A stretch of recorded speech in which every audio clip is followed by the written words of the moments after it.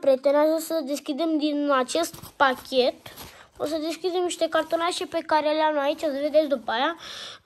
Eco de Bruyne pe el, cel mai bun mijlocaș, după părerea mea.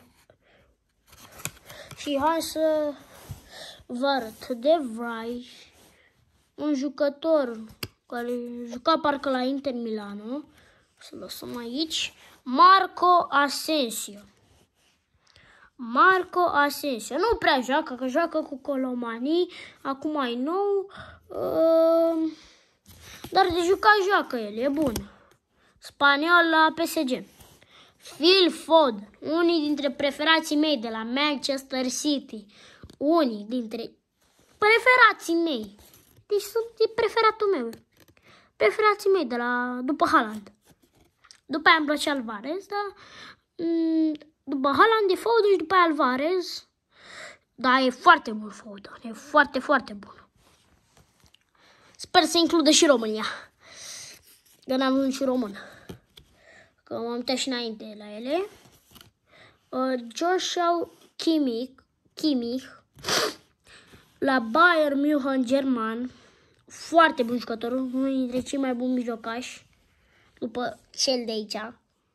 Unde? Uite-l. Florenzi. Nu mai știu pe ce poziție joacă. Știu că joacă la Napoli. Italian. Rudiger. Unii dintre fundași foarte buni.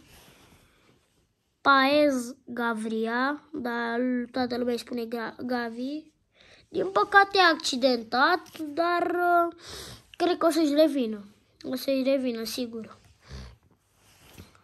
Unii dintre fundașii mei care nu îmi plac deloc, Harry Maguire. Deci e slab, foarte slab. Nu prea îmi place de Maguire. Gakpo. E și el bunicel, dar doar că mai mult joacă cu Nunes. Că Nunes zic că îmi bate pe toți la OVR în FIFA. La mai multe îi bate, că e foarte bun Nunes, dar doar că ratează cam mult Nunes. Gakpo, jucător olandez de la Liverpool.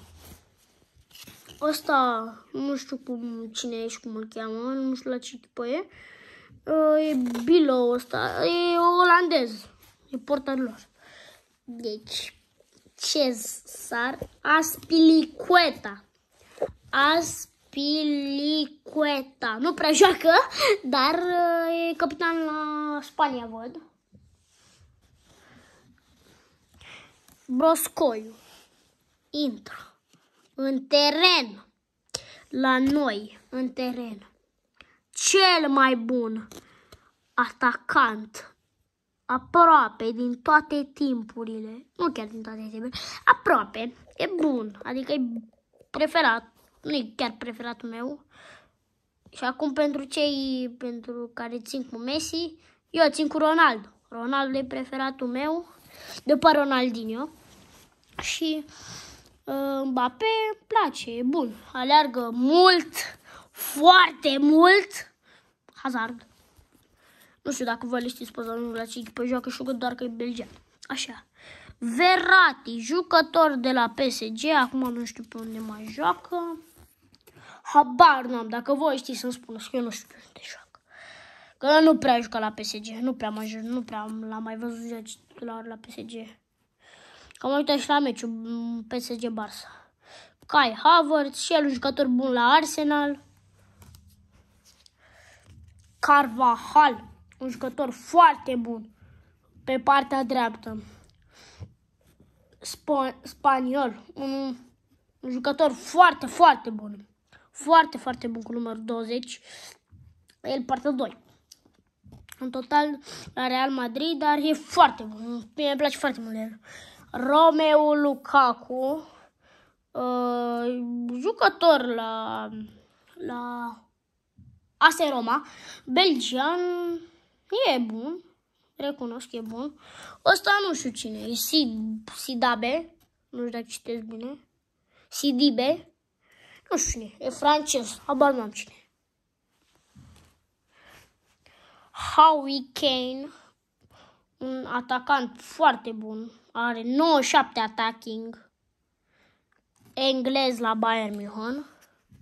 Diego Jota, și avem o surpriză după aia, foarte mare. Diego Jota, portughez, jucător la Liverpool. Așa ceva nu se poate. Dublură Kylian Mbappé. Deci așa ceva nu se mai poate. Dublură Kylian Mbappé. Deci, tot, bă, nu se poate. Cum? Efectiv, dublură. Cum s-a nimerit? Cum la mine s-a nimerit să pice Kylian Mbappé? Nu se putea să fie aici. Ianis, Hagi, Coman. Nu. Dublură. Kylian Mbappé. Da. Perfect. Așa. Hazard. Cred că ăsta e tatăl și ăla pe care... Uite, ăsta e fiul lui. Cred.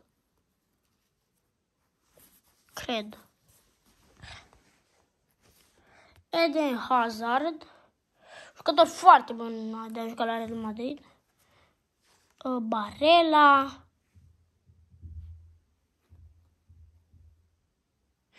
E destul de bun și Barella.